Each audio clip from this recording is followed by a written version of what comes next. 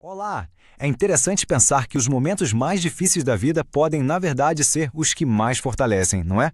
Nessa análise, a gente vai mergulhar numa ideia que parece ir contra a lógica, como a perseguição e o sofrimento, em vez de destruir a fé, podem se tornar o maior combustível dela. Vamos descobrir como a adversidade pode ser, na verdade, uma ferramenta para um crescimento muito, mas muito profundo. Quanto mais nos cortam, mais crescemos. O sangue dos cristãos é semente. Essa frase aqui do Tertuliano, um dos primeiros líderes da igreja, é de uma força incrível. Ela resume um paradoxo que parece não fazer sentido.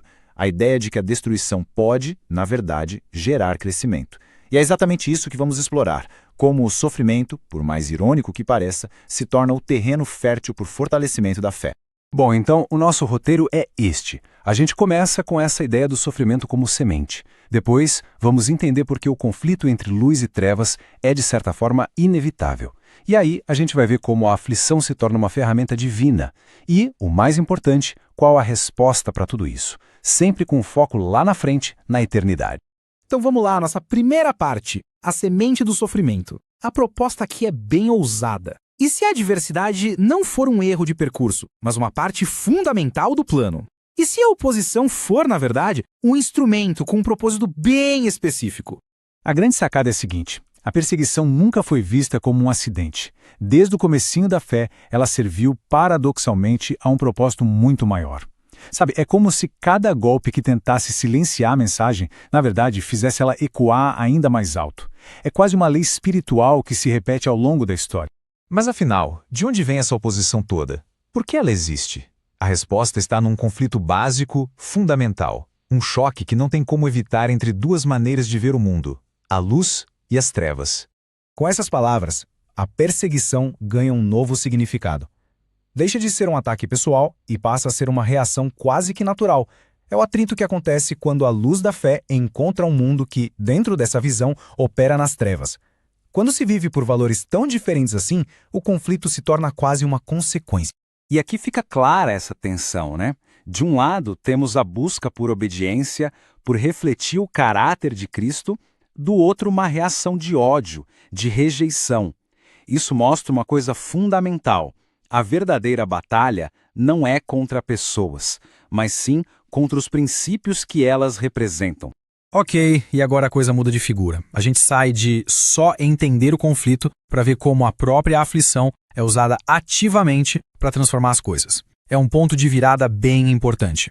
E aqui entra uma das metáforas mais fortes que existem, a fornalha da aflição. É só a gente pensar no ouro. Ele só fica puro, de verdade, depois de passar pelo fogo, certo? A ideia é a mesma. As provações seriam como esse fogo, sabe? Queimando as impurezas, refinando a fé e, no fim, forjando um caráter muito mais forte. E como isso funciona na prática? Bom, o processo se divide em 3 etapas. Primeiro, a aflição purifica a fé, tornando a pessoa mais dependente de Deus. Segundo, o jeito como os fiéis aguentam firme acaba mostrando o caráter de Deus para o mundo. E terceiro, a própria oposição vira o motor que espalha a mensagem para mais e mais gente. Tá, a ideia é forte, mas será que ela se sustenta? A história mostra que sim. Vamos dar uma olhada em como esse padrão de vitória através da aprovação se repete com exemplos bem concretos. Olha só, a perseguição não é nem de longe algo novo. É um fio que costura toda a história da fé.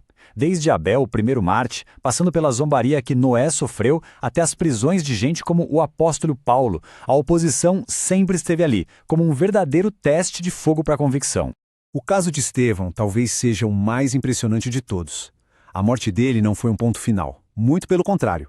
Foi o ponto de partida para transformar Saulo, o perseguidor, em Paulo, o maior missionário da igreja. É a maior ironia divina que se pode imaginar. Ok, a gente já entendeu o porquê da coisa toda. Mas e na prática? Como se deve reagir quando a adversidade bate na porta? A pergunta é essa, bem direta, e a resposta, de novo, vai na contramão do que a gente imagina. Não é sobre revidar, mas sobre algo completamente diferente. A resposta é uma verdadeira disciplina espiritual, que desafia todos os nossos instintos.